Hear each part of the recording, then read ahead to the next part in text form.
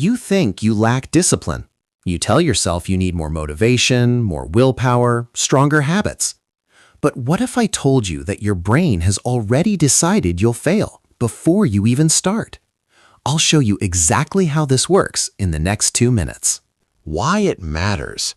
This pattern doesn't just kill your goals, it rewires how you see yourself, and that becomes your identity. Performative ambition.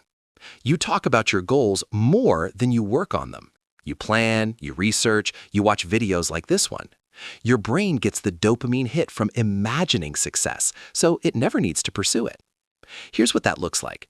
You spend 3 hours building the perfect productivity system.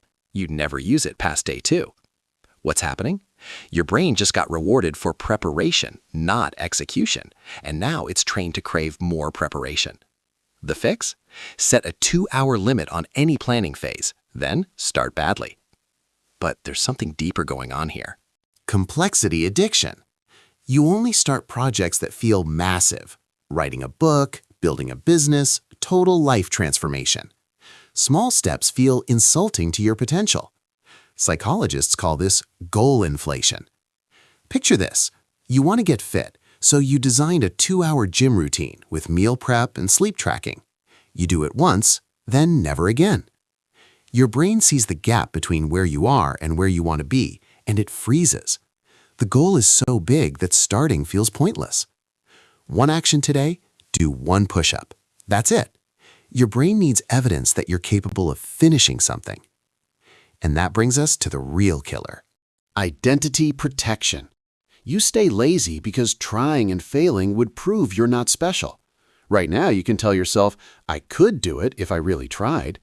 Studies show we'd rather preserve our self-image than test it. Real example, you don't apply for the job because you're not ready yet, but really, you're protecting yourself from rejection. What happens in your brain? It chooses comfort over growth every single time. And the gap between who you are and who you say you'll be gets wider. The move. Apply before you're ready. Publish before it's perfect. Let yourself be bad at something. Now, here's where it gets uncomfortable. Motivation bargaining. You wait to feel like doing it. You think discipline means wanting to work. It doesn't. Discipline is doing it especially when you don't want to. Scenario. You tell yourself you'll start tomorrow when you feel more energized. Tomorrow comes. You still don't feel like it. Repeat forever. Your brain is literally negotiating with future you, and future you always loses. Here's the truth. Start now for 5 minutes.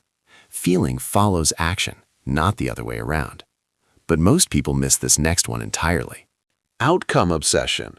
You're so focused on the result that the process feels like torture.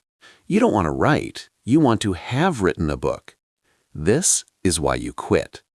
Think about it. You start a workout plan, but you're only thinking about the 6-pack. Day 3, you're sore and tired, and there's no 6-pack. So you stop. What's happening? Your brain is running a constant cost-benefit analysis, and right now, the cost feels too high for a reward you can't see. Shift this. Focus on today's rep, not the body, not the book.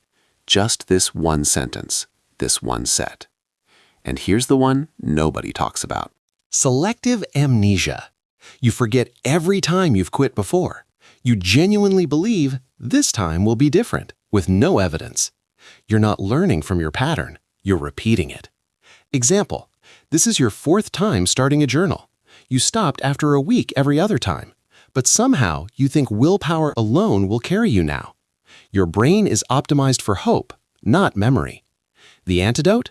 Write down why you quit last time. Keep that note visible. Let past you teach present you. Still with me? Because this next one explains everything. Comfort boundary. You've built a life where nothing is hard, so the moment something feels hard, your brain interprets it as wrong.